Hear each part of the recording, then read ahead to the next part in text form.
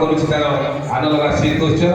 ସେହି ସଭାର ସଭାପତି ସ୍କୁଲର ପ୍ରିନ୍ସିପାଲ ମହୋଦୟ ଉପସ୍ଥିତ ଅଛନ୍ତି। ମୁଖ୍ୟ ଅତିଥି ଆମ ସମସ୍ତଙ୍କର ପ୍ରିୟ କାମାକ୍ଷାନଗରର ମାନ୍ୟବର ବିଧାୟକ ଶ୍ରୀଯୁକ୍ତ ଶତ୍ରୁଘ୍ନ ଜେନା ମହୋଦୟ ଉପସ୍ଥିତ ଅଛନ୍ତି।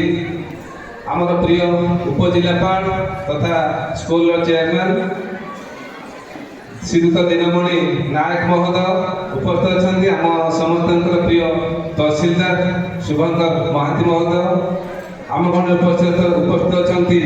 ସମରେନ୍ଦ୍ର ଭୋଗିଆ ଓଏସଟି ଆଡମିନ୍ OEPS ତଥା ନିକଟ ଓଡ଼ିଶା ଆଦର୍ଶ ବିଦ୍ୟାଳୟ କଙ୍କଡ଼ାହାଟର ଭାଇସ୍ ପ୍ରିନ୍ସିପାଲ ମହୋଦୟ ଉପସ୍ଥିତ ସମସ୍ତ ସ୍କୁଲର ସମସ୍ତ ଶିକ୍ଷକ ଶିକ୍ଷୟିତ୍ରୀ ମିଡ଼ିଆ ବନ୍ଧୁଗଣ, ମୋର ସାମ୍ନାରେ ବସିଥିବା ମୋର ପ୍ରିୟ ସମସ୍ତ ଗୁରୁଜନ ମା ଭଉଣୀମାନେ, ଯୁବକ ବନ୍ଧୁଗଣ ଏବଂ ସ୍ନେହ ଛାତ୍ରଛାତ୍ରୀ ସମସ୍ତଙ୍କୁ ମୁଁ ଆଜିର ସଭାକୁ ସ୍ୱାଗତ କରୁଛି ଏବଂ 2026 ନୂତନ ବର୍ଷର ହାର୍ଦ୍ଦିକ ଅଭିନନ୍ଦନ ଜଣାଉଛି।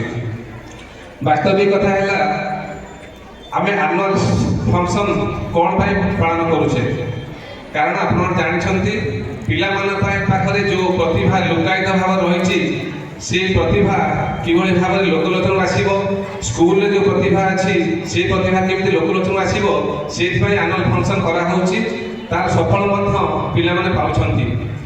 বাস্তবিক কথা হল পিলামানে প্রথম দ্বিতীয় তৃতীয় কিয়ে হেলা যে প্রতিযোগিতা আপনারা অংশগ্রহণ করছেন সেটাকে ধ্যান সহ রখি আপনার যে প্রতিযোগিতা হচ্ছে স্কুলে সেই প্রতিযোগিতার আপনার ভাগ নেওয়াটা হল বহুত